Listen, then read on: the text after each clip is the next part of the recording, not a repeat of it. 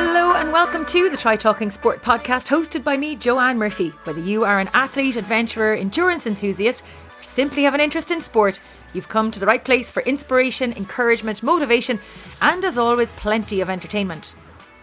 Well, I'm back in Galway after a whirlwind 3 weeks on the road enjoying some Spanish sun, with some announcing work in Dublin with Gymnastics Ireland in between my trip to Lanzarote and Malaga. It was great to get away and enjoy some structured training in Lanzarote for a few days, then spend some time with my mum and sister chilling in the Costa del Sol. Back with a bang this week with lots going on. It's all go, as they say, and of course the racing season is most definitely underway. The host of events across triathlon, cycling, swimming and running taking place last weekend. There were some super results and some very exciting finishes in races at home and abroad. I can't wait to see how things unfold, and if the races at the weekend are anything to go by, well then it's going to be some cracker of a racing season ahead. I'm looking forward to announcing the Great Ireland Run in the Phoenix Park in Dublin this Saturday. The 10k event hosted by DCH is the Athletics Ireland National 10k Road Race Championship event, so there should be plenty of excitement on the day. It's not too long now until the open water triathlon season kicks off here in Ireland, and one of the first events out of the blocks is the Loughcutre Castle Triathlon on May 28th and 29th in Galway, who celebrate their 10th anniversary this year. We have a 25% discount for this event and all Castle Race Series events in the UK. Simply use the code TTS252022 on www.castleraceseries.com to avail of the discount. You will be spoiled for choice at the number of events and the stunning castle venues. We've also got some discounted entries for a number of events hosted by the Bear Group and Run Dublin. Use the code TTSBG2022 to access the 10% discount on the Petite Super Value Wexford Half Marathon and 10k on the 24th of April and the Wheelworks Fastlane Half Marathon and 10k on the 22nd of May. Check out their events, now listed on www.trytalkingsport.com. Speaking of discounts, don't forget to check out the product range from our partners Nuasan, the Galway-based natural skin and body care brand. Use the code TTS15 to get 15% discount on all of their products on www.nuasan.com. You can tell them Joanne sent you. Now to this week's episode with Irish Elite Triathlete James Edgar. The 23-year-old from Lisburn completed his studies in economics and accounting at Queen's University in Belfast last year, then moved to Spain to throw himself into the sport of triathlon as a full-time athlete. Kickstarting his 2022 season with an impressive 5th place finish at the European Triathlon Cup in Leivin last month, it was one of the best results of his career to date. The 2018 Commonwealth Games athlete has had some superb results since taking up triathlon in 2010, including being crowned the national sprint distance champion in 2016 at just 17 years of age. He finished 3rd under 23 male at the 2019 ETU Aquathlon European Championships, finishing in 6th position overall in the elite men's race on the day. It's not just triathlon that James has excelled. His swimming and running results are also very impressive. From a young age, he has shown great depth and power to his performance and ability in sport. In 2020, he was both the Ulster and Northern Ireland 5k and 10k champion, which are both impressive in their own right. However, it hasn't been plain sailing to the podium. Having endured no less than 8 stress fractures in his foot in recent years, it is a wonder James hasn't thrown in the towel on sport or indeed on triathlon. But he continues to remain highly motivated, committed and determined to succeed in the sport that he has in recent years fallen in love with. We have seen some great results from James Edgar, but I believe the best is yet to come. And with the amount of hard graft, as he says himself, consistency in his training and approach to his life as an athlete, coupled with his can-do and will-do attitude, we'll see his appetite for success building to deliver many more great days and results across swim, bike and run. Now go grab a cuppa and enjoy the show. James Edgar, welcome to the Try Talking Sport podcast. You're very welcome to the show today. I'm in Dublin. Where are you? Thanks for having me. I'm in south of Spain, just outside Malaga, in a little town called Salobreña. And what are you doing in Malaga, and is there sunshine? There is absolutely no sunshine. There is a lot of sand, and that's about it. And we're on a 3-week training camp just after the first race of the season and working towards the second race of the season. So a 3-week training camp with the desert sands. So how are you getting your training done? Are you swimming, biking and running every day, or have you had to tailor your plans because of the weather? More or less every day, yeah. We've still got the pool, so it's fine. I was living in Spain for the last 6 months anyway, so I had the turbo over. So we've got the turbo here in the living room. Running, we're just going out wearing a mask, trying to not inhale all the sand. And is it raining over there at the moment as well, or is it just the sand and just the sand? But I mean, I kind of wish it was raining, because then there wouldn't be any sand on the air. The rain's probably the best we could wish for right now. And how do you run with the mask? It's actually not too bad. It just, it doesn't feel too bad. So who's out on the camp with you then? Is this the Triathlon Ireland camp? Yeah, it's just me and Chloe Pollard at the minute. We had a few girls out earlier on in the camp. They're away home now. So that was Erin and Alva. And now it's just me and Chloe working away here. You kickstarted your season with a fantastic 5th place. Talk to me about that race. So that was the Leivin indoor triathlon. So it's a bit of an exhibition race, you could call it, I suppose, where you have a heat race, a semi-final, and then a final. And the top 4 progress from each section into the final. And it's effectively on an indoor running track. They have the pool built in the middle. You then cycle on the 3 outside lanes of the track, and then you run on the inside lane of the track. So it's fast and furious. So you had to do 3 races over the weekend. 3 races in one day. Yep. I think it's over the space of 6 hours. The first one was at 3:00, and then the final started at 9. So it was a lot of racing in such a small period of time. And what were the distances of each of the disciplines? Oh, super short. It was 150 meter swim, a 3 kilometer bike, and just over a 1 kilometer run. So you're racing for how long each time? About 9.5 minutes. So it's just flat out from the gun, and hope you survive. How do you recover after each of those efforts, and how do you warm up for the next one, or how does that work on the day? So between the first and second race, there was 3 hours.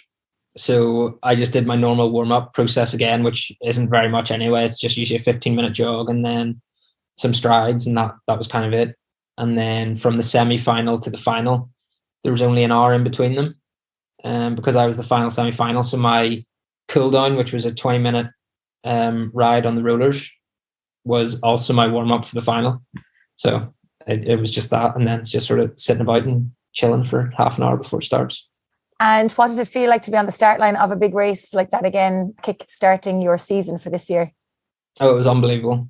Just even getting through the races, it was great. And then being in the final with guys like Vincent Louis and Takumi Hojo and stuff, it was quite surreal. It's probably, other than the Olympic test event I did in 2019, it's definitely the highest caliber race I've been in. And to perform so well was a shock, but also a relief at the same time. When you say it was a shock, is it that you didn't expect to do as well, or that you performed better than you expected? Because I've been in Spain since October, training by myself, I had absolutely no one to compare myself to. So I had no idea where I was at. I knew I was going well in training based off like some of the times, but I didn't know how that compared to other people. So that was kind of my first chance to even get a glimpse of where I was going to be. So progressing through each round, the expectations kind of had to get adjusted after each round, because I kept surprising myself with how well I ran or how well I stayed in the pack. And when you're in the mix like that with some of those lads, how do you contain the excitement? Because it's one thing to race on a day and do well, like do a sprint race and do really well, and then walk away from it and not race again for another 2 or 3 or 4 weeks. But to be in the mix and to be racing and to have that adrenaline high of doing so well, and then to come back down to get ready to reset to go again. How did you manage that? Or did you just stay on high the whole day? I was kind of just on the high the whole day. Because you constantly had something to keep looking at. It wasn't like, oh, there's the final is going to be race 3, so I'll have to pace myself and see how I do. It was just, okay, I have to make it through this 10 minutes. How do I recover from the first race and then prepare for the second race? So your mind's not really thinking about the race until you're standing on the start line. And at that point, you just kind of tell yourself you're going to have to suffer for 10 minutes. And that's just going to be how it's going to be. You have to survive through it. You're distracted the whole way through the day. So you don't really get to take it all in until it's over. And because I wasn't 100% sure where my fitness was at, I didn't know I was going to make it even through the heats to the semis or from the semis to the final. So everything was kind of like taking it step by step, because I couldn't get ahead of myself. Yeah, I suppose it's hard to keep those emotions in check and keep yourself balanced while all this is going on around you. James, for people who mightn't know who you are, we'll go right back to the start as to how you actually got involved in triathlon, Where did the interest in the sport come from, and what is keeping you in it? So I started the sport through swimming and running, which was my background. Swam from a very, very young age and ran from a young age. And then my dad used to be in the army, so he loves all his endurance events and things. And he was doing triathlon and ultra distance running, and then Ironman and things when I was growing up. So it was kind of a progression from there. And then in 2011, I think, Aileen Reid joined my local swimming club in the lead up to the London Olympics, and she knew my running coach. And then there was the academy days back then for Triathlon Ireland, and I sort of progressed through that and going to the talent identification days, and then you sort of you go from there, and you do a few of the youth races, and that's sort of how I ended up in the sport. When did the switch come from swimming into running into triathlon? Like, when did you decide that swimming wasn't going to be your sport anymore and that triathlon was the one you were going to go for?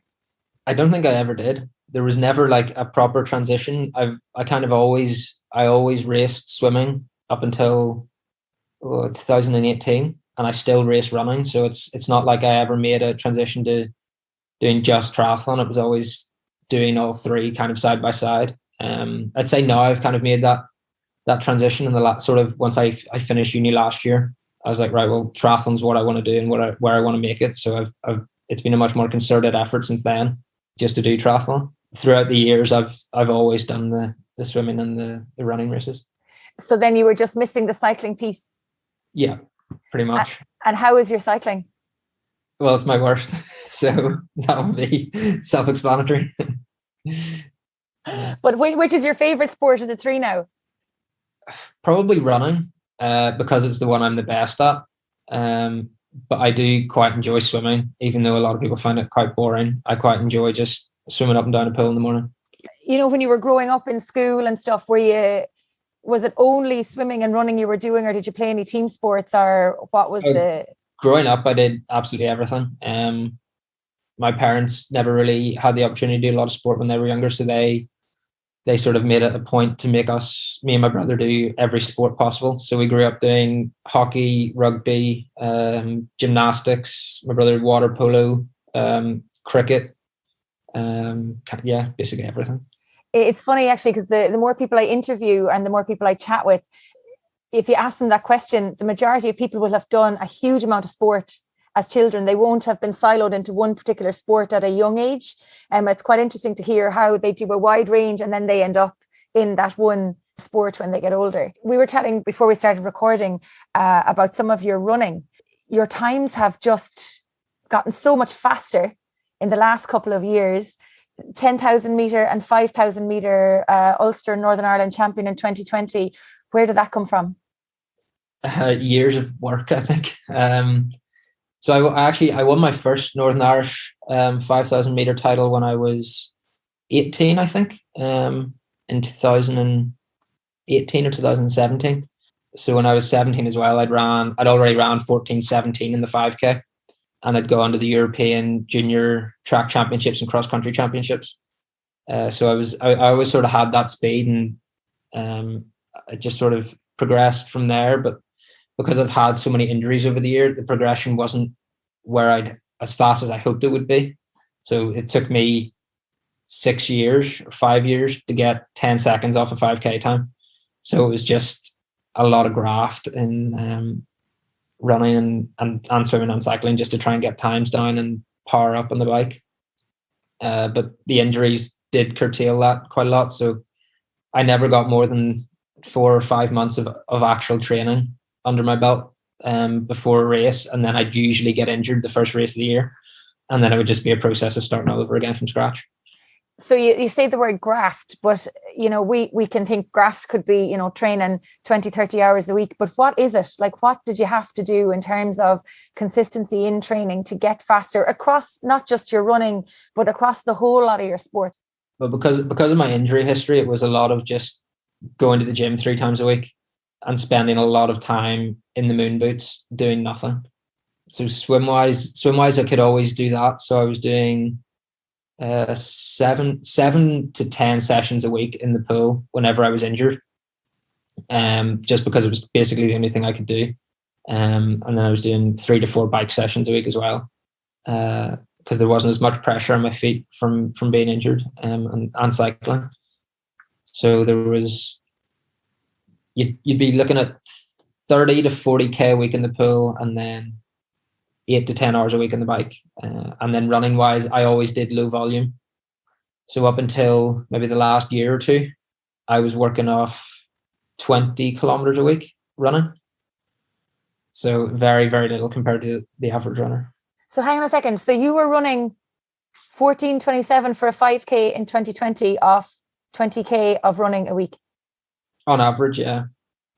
So it's probably not it could be one of the reasons that I was always injured, because there was so much intensity. But because I was injured so often, I never had the chance to be able to build up the mileage to a point where it was just sustainable and you could do high mileage.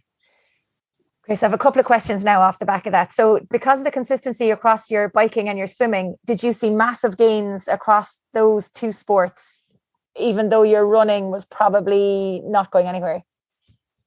I'd like to say yes, but no. I probably plateaued from the age of 17 until 22, where my swimming was exactly the same in terms of like times in the pool. So it was 16:04 for 1500 is still my PB. So that's 1:04 for 100. And I've still never improved that. And that was when I was 17. Last year was the first year I improved my 5K from when I was 17. And it was from 14:17 down to 14:07. So it was only 10 seconds. And then my bike power has increased. It's gone, I think FTP's maybe gone from 300 to maybe 320 or 325, but it's not massive improvements, not massive jumps. But yeah, it's just been a long few years. Is it not massively frustrating? Oh, massively, yeah. Like it's quite difficult actually to keep yourself motivated all the time, and for so many years after.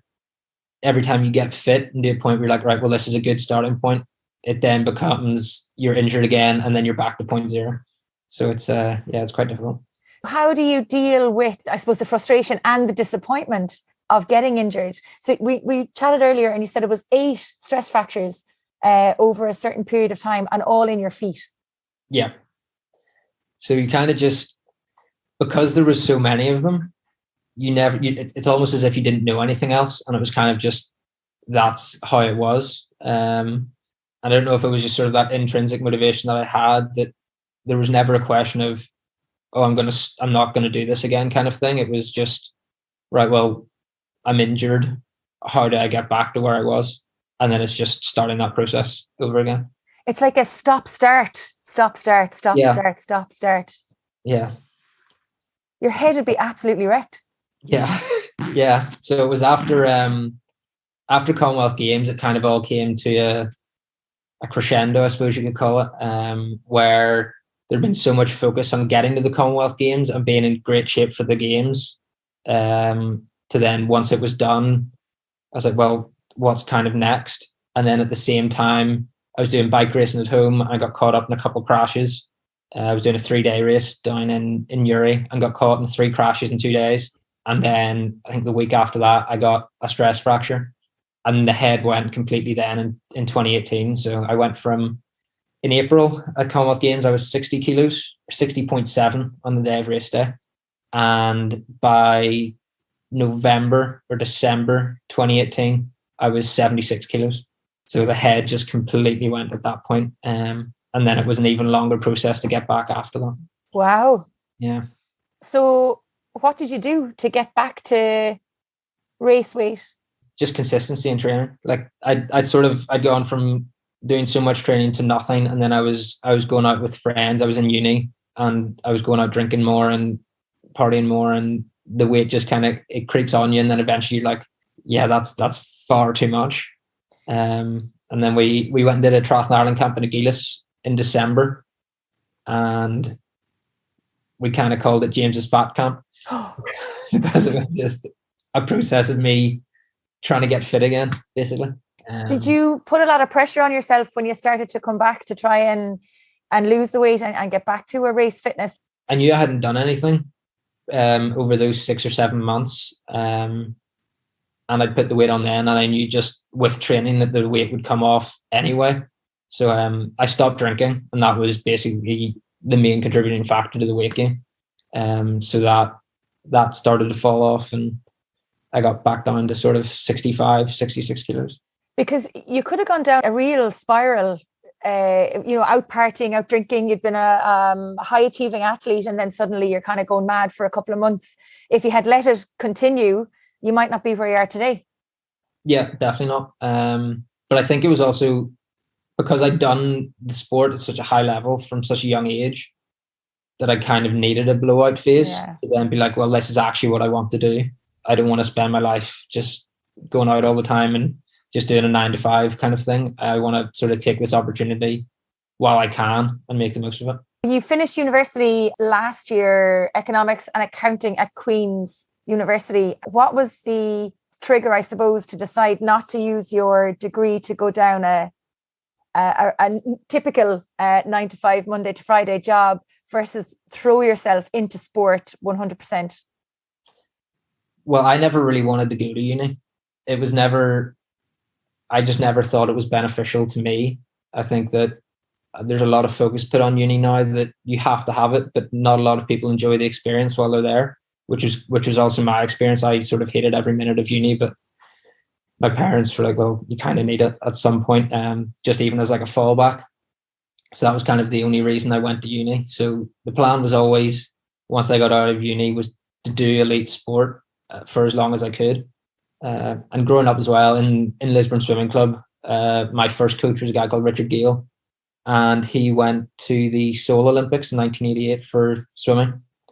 And I always remember him saying, like, you can only do sport until you're 30. You can always go back and do school. Like, there's always that opportunity to go back and do what you want. So that was kind of, I've always remembered that as, well, there's only a limited amount of time you can do sport. You may as well do it while you can. There's always longer distance sports when you get older. Well, that's true, yeah. Not sure if I'm cut out for the Ironman stuff, though. I don't know. I mean, what age are you now? 23? Yeah, 23. Yeah. And do you absolutely love triathlon? Yeah, it's definitely, I love the training aspect of it. I've always done endurance sport, and team things were never my forte because I hated relying on other people. And I hated like other people being responsible for how the outcome came. Whereas in triathlon or just any endurance sport, really, you're responsible for the result. And it's 99% of the time what you put into it, you get out of it. It might take longer than you expect, but the effort that you put in will eventually show itself. What motivates you to get out of bed in the morning to go training? That's a good question. I think now at the minute it's routine. Or over the last 6 months, it's been routine, and just doing the same thing sort of every day, swim, bike, run every day for 6 months just to see how fit I could get. And I've always been interested in numbers, which is, again, probably helped with the economics and accounting in uni. So I quite like analysing all the data from training, from like power meters and paces and heart rates and lactates and everything like that. I just find it very interesting. So the data probably motivates me the most. And that just being able to do a session and see how my body reacts to it or how good I can get helps with getting me out of bed. So what's your favorite piece of data that you will go to every day to look at? I'd go to heart rate quite a lot. Heart rate for efforts or pace on running. That'll be it's just quite nice to see a trend of your heart rate going down for the same pace, or else being able to run so much faster for the same amount of effort. I quite enjoy that. Swimming, obviously, you've just got the clock at you all the time. And so growing up with that, and I've got a pretty good memory for numbers as well. So I kind of remember the times I've been swimming for maybe the last 10 years. So I can always have a comparison to see where I'm at and how I'm going. And the bike is just par. Par is the sort of be all and end all. And when you look at the numbers and you maybe see the numbers aren't going in the direction that you want them to go in, are you hard on yourself or are you kind to yourself? I'm usually kind to myself. I don't it's very rare in a sport like triathlon where all three are going badly. So there's always something good that you can look at. And if all three are going badly, you probably need to take a real look at what you're doing. Or a rest week. Or yeah, that too. That always helps. Not that many people want to take those. But when I moved out to Spain in October, I went fully self-coached for the last 6 months. So just did my whole own training program and everything. So I had the data to look at and everything, and it seems to have paid off. This year. Is that a risky move, doing self-coaching? Completely. Whenever I told the high performance guys at Triathlon Ireland, they hesitant would probably be a nice way of putting it. Completely against it would be another. But at the same time, I also wanted to change from home. So it was kind of a balance of, I wanted to change in my training environment, and this was a way for me to do that and just take control of my own life and my kind of career, because it's kind of, I'd had everything dictated to me for so long, and I'd been in the sport for so long that I felt that I knew what I needed to be doing. So it was just a matter of going down and doing it. And the only thing that's really been missing in my training was consistency. So I knew if I could be consistent, it would pay dividends, regardless of what actual training I was doing. So I'm kind of a big believer in any training is good training. So even if you just go out for a 20-minute run, it's still going to be beneficial. You're going to get something from it. It's not like that's going to be a pointless run.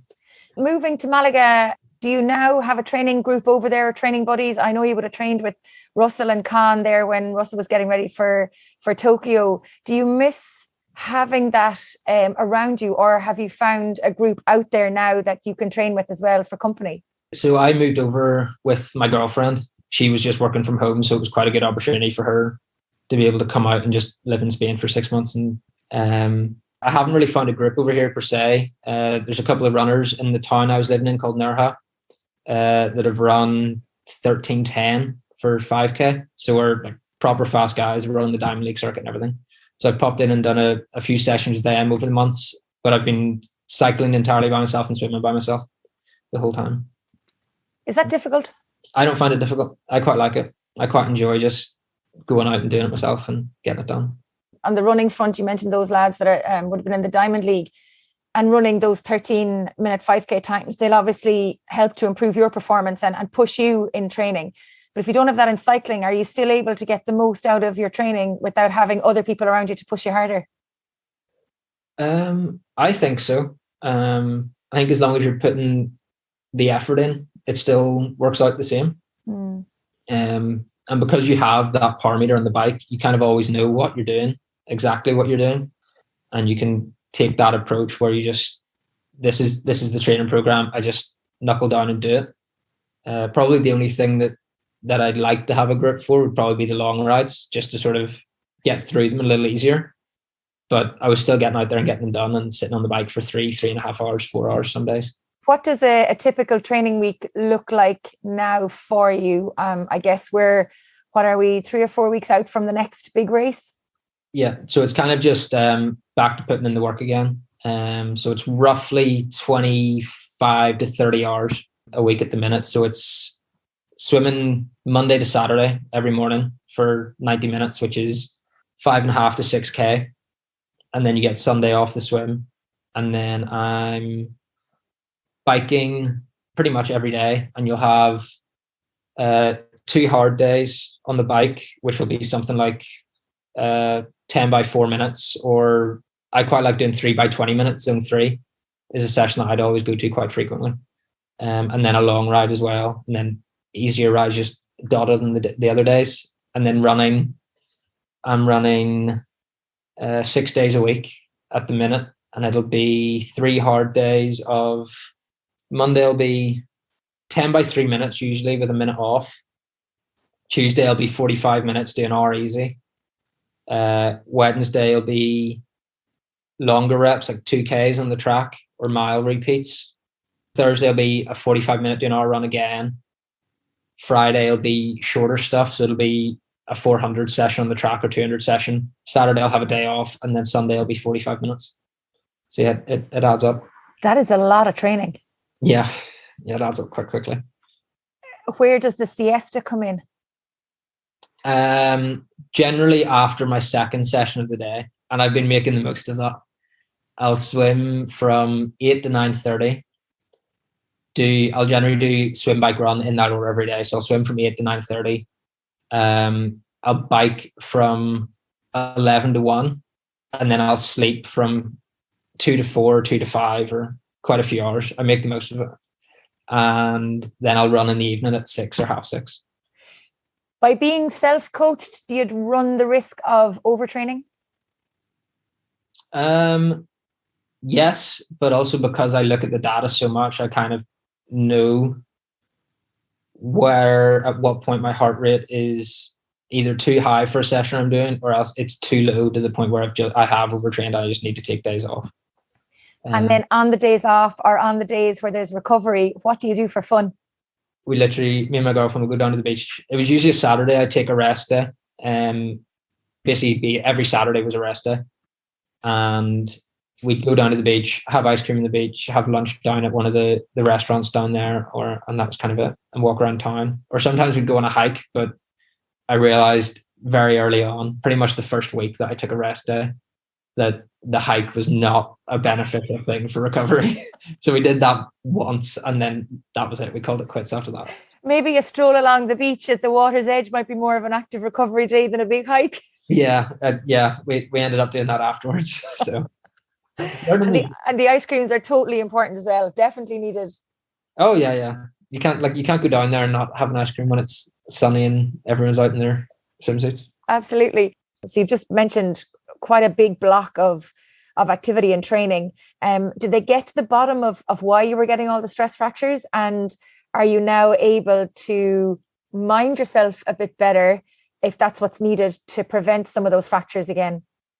We've never really got to the bottom of them, really. I've been sort of everywhere that everyone recommends every time we get a stress fracture. So Runner's Lab in Belgium is a big one that everyone rants and raves about being amazing, but I went there after stress fracture number 2, and I'm now 6 later. So that not much changed after that.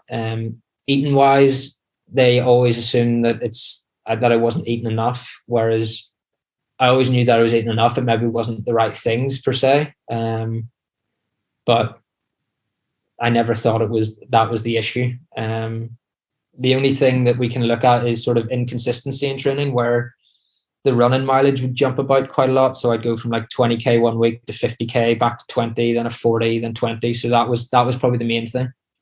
And that was kind of coming back from all those injuries. You were always wary of doing too much, so then you'd cut it back the next week. So it was almost an insecurity probably led to more of the injuries, because I kept cutting things back and doing extra some weeks because I felt like I wasn't doing enough. And then taking like a realistic look at it and being like, well, that was too much. Then I cut it back too much, and it would just sort of chop and change a lot like that.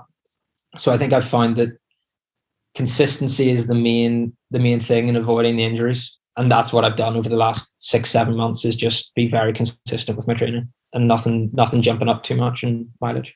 The next question I have for you is all around actually fueling, and how do you fuel your training and fuel your recovery? What sort of foods are you eating, or is there a particular routine that you get into in terms of fueling for the training and the big weeks?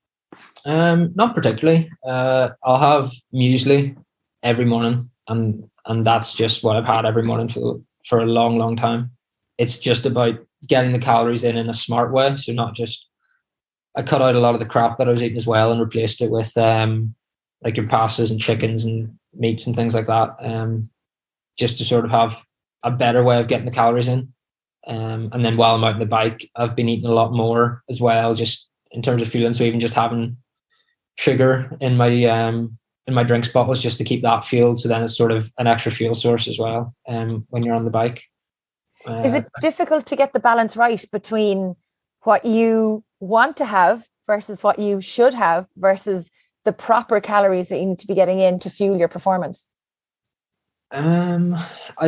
Sometimes you feel like I just want a massive chocolate bar. So you can have that whenever you feel like it, as long as it's not every day that you're eating an insane amount of these things. You could have it every day, as long as it wasn't excess to the point where you're like, I think everyone kind of knows themselves when they've had too much of those kind of things. So it's just sort of keeping a tap on it and not going over the top. And is there a go-to meal that you would always have, that you would not so much treat yourself to after a big session, but that you would look forward to after coming in off a big run? My go-to one is chicken and rice. My girlfriend's stepdad makes an amazing chicken and rice, and then we got the recipe off him, and I've just sort of made it more or less every day since. Like, there's been times where I make it in bulk, and there's times where I've had it for lunch and dinner the day before, and then breakfast the next morning as well, just because there's all the leftovers, and it's just so good. We might have to send a nutritionist over to you there to get some more variety into your diet, James. I'm not really one for changing things up. I quite like routines, and I quite like just having the same thing all the time. I want to talk to you about the Commonwealth Games and what it was like getting over to Australia and racing over there. Oh, it was unbelievable. It was just a great experience all around. I slept. There was 2 flights across, both long haul, and I slept every minute of the flight the way over. I don't know how long that was, maybe 20 hours of flights or 24 hours of flights, and I slept solid the whole way there. How? I have no idea, because we were in economy as well, and I just slept the whole. Thankfully, I was in the middle, so no one was climbing over me the whole time. But yeah, I don't think I had a single meal the whole flight. And what was it like? Like, literally standing on the start line, representing the country, you know, the years of hard work that you'd put in to get to that point. What was it like actually racing over there? Unbelievable. I knew I was in great swim shape, which helped, because I knew I could be at the front of the race for a period of time. And thankfully that happened. So I came out of the water in 9th or 10th, and that was just unbelievable. Like, coming out beside like the Brownlees and things, it was just sort of, yeah, quite crazy. Would you say that is one of the highlights of your career to date? Yeah, so far, definitely, yeah. And then we turn it on its head and ask, what are the lowlights, or have there been many lowlights? Just the injuries, just the constant injuries is the lowlights, and having such limited preparation into races, and then not performing how you want to perform, and then getting injured again, and never feeling like you could prove yourself. So that was probably the hardest thing. I had quite a good junior career, and I had quite a lot of big performances off not a lot of training. And then I've spent the last 5 years like beating my head against the wall, trying to show the people that have given me so much support over the last 5 years that I can actually be good at the sport and get results. And thankfully this year, hopefully it's starting to pay off. Is it hard to keep going, James, when you've been injured so much like that, and you know you have it in you to be absolutely top class, but you keep getting injured and you can't show those performances and show the training that you're doing? And I know you talk about the numbers, and the numbers obviously show that you're really, really strong and a great athlete, but it must be so frustrating and disappointing as well to not be getting where you want to be. At the end of the day, the numbers mean absolutely nothing, because it's race results that actually matter. I can be in the greatest shape of my life in training, and if the results aren't coming, it really doesn't matter. So yeah, it is hard to sort of keep going. And there's a lot of times where you're just like, I don't see the point in doing this anymore. But then you'll go a day and your voice in your head will be like, well, yeah, no, you're pretty good at it though. So you kind of just keep at it, and you sort of go through your ups and downs of like, this is amazing. You'd be super motivated to train hard, and then you'll go through your downs where you don't really want to do it. You're like, why am I putting myself through all this? But the good days tend to outweigh the bad days. Self-belief hugely important, and confidence when you're racing at your level. Oh, it means everything. Like you confidence is the difference between having a great day and having a terrible day. One person will get one good result, and then the rest of their career could change just off the back of that one result. And it's purely down to confidence. Nothing changed physiologically. So yeah, confidence plays a massive role in things. What do you do to build your own self-confidence going into some of these big races, going in where you're going up against some of the best athletes in the world on the international stage? You just can't. There's no way to build up with confidence. You just have to. Racing is the only way to get confident. You can do it in training to some point where you're hitting PBs in training, and that kind of helps motivate you and help a bit with the confidence. But then you stand on the start line and you still have no idea where you are. So until you get those first few races of the year out of the way, you just sort of have no idea what's going to happen. It's kind of just thrown it into the wind. Speaking of races and the rest of the year, what's next? So I've got a European Cup in Turkey on the 16th of April. Hopefully end up with a similar result to what I had in Leivin there. And then after that, we don't really know. The Commonwealth Games is this year again. At the minute, we only have the one slot. So we've got quite a few people going for the one slot. So it's going to be quite difficult to even judge who's going to get that slot. And it's going to go right down to the final day, I think, at the end of June to decide who gets it. That must be really difficult as well. Like we spoke about that with Aaron McConnell recently as well, about, there just being one spot and so many athletes vying for it. Yeah, it's incredibly difficult, but it helps motivate you in that way, that you know that the best person is going to get picked at the end of the day. And because there's so many people vying for the same position, you do have to sort of be on your A game, and it helps get you out of bed in the morning and put in the work every day. I know we joked earlier about the going longer. Have you thought about going long in the future? Is this something that might be on your radar, or is it definitely for the next 5 to 6 years stay with the sprint and Olympic distance racing? Oh, definitely stay with the sprint and Olympic. There is no way I'll be going long anytime soon. Can I quote you on that now in 3 years' time? You can ask me again in 3 years. The answer will be the same. Even just to be competitive, it costs so much to be competitive in the top end in the long distance stuff. TT bikes are just ridiculous. You have to have the top of the market skin suits, the aero helmets, everything. And that's just not viable at the minute. You mentioned you were living in Malaga with your girlfriend, and I have to ask you, did you meet her on Tinder following the Commonwealth Games activities, or through a different platform? It was met through the same platform, yeah, but a year later. So for people who don't know, basically at the Commonwealth Games, there was an article came out about all these athletes who were on Tinder, and you were featured as one of those in the article, and it's basically followed you around since 2018. Yeah, pretty much. It's been the bane of my existence for the last 4 years. What was worse is I didn't even use Tinder in the village. Like I just didn't use it. So I woke up one morning and then this was in the newspaper, and I was like, well, what the hell? So it was just, yeah, it was so strange. I got a lot of angry messages that day from from people working in offices about trying not to post it and trying to keep the buzz down to a minimum. So yeah. So what was it? A journalist just looking for a story?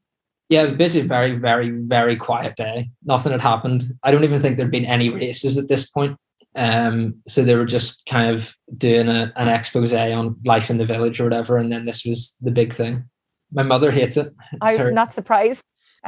Your brother Andrew plays hockey. Yeah, he's in the Irish squad for it. There's sort of like an outside squad of people. So he'll go down to training days and things with them. You mentioned earlier on in the interview that you both played a lot of sport growing up, and that your dad would have been involved in sport when you were young. Do you think has your parents' involvement in sport and their support of your sport, do you think has that been one of the biggest influences in your career and your life choices to date in terms of sport? Yeah, definitely. I think if my dad hadn't have been a runner and done all those things growing up, I wouldn't have even considered triathlon is a thing to do. And they've always been extremely supportive of my sport. They're even just helping fund trying to make it in the sport. So yeah, I probably owe everything in the sport to them, really. Now, before we finish up, we do have a couple of audience questions. The first of those is Aidan McDonnell asks, what's the one piece of advice you would give to a complete newcomer to triathlon? Enjoy it and join the local triathlon club. It's probably the easiest way to get into the sport and to make friends through the sport, which also does make the training a lot more enjoyable. I know my local club in Lisburn, they'd have a lot of trips together where a lot of guys would go out to the same races, and then they do a lot of training together and stuff, and they all have a great time doing it. So and I met a great crew from Lisburn Tri Club out at the Sands Beach Hotel last week. So we had great fun with some of your fellow clubmates. And the other question I have is from your brother. And he says, what does it feel like to be the inferior Edgar brother? Well, I would probably say I'm not the inferior Edgar brother. But growing up, he was always the the sporty one. So basically anything that he does in sport, he's just good at. Like it's very annoying, and that he was always good at football, always good at hockey, always good at cricket, good at water polo, and now he's taken up golf in his spare time, and he's just good at golf. So it's quite infuriating. But you still love him. Yeah, but it is good also because we're very competitive. So it's good to have comparisons like that to make. And I suppose I've been to the Commonwealth Games and he hasn't. So there's a fine dig. And is he older or younger than you? He's younger, so he's a year and a half younger. Okay, so you're leading by example, really, as the older brother. Yeah. Okay. One more question for you before we finish up. What are you most looking forward to as the season progresses throughout the year this year? Seeing how good I can get off consistent training is probably it. Just to see how good I can get off being injury free for a period of time, and just performing to how I think I can perform.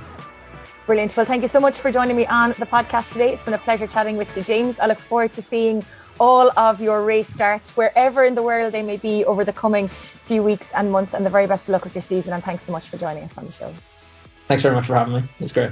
Thanks for tuning in. I hope you enjoyed the show. You can get in touch with any feedback or guest suggestions by emailing me on trytalkingsport@gmail.com. You can follow all of our activities and podcasts on Facebook, Twitter, LinkedIn and Instagram. Pop by and say hi and let me know what you think of the show. If you're new to Try Talking Sport, please do check out some of our previous episodes. You will be both impressed and inspired by our guests. Finally, be sure to sign up to our e-zine featuring articles of interest, some great discounts, the inside track on supporting your triathlon and endurance sport journey wherever it may take you.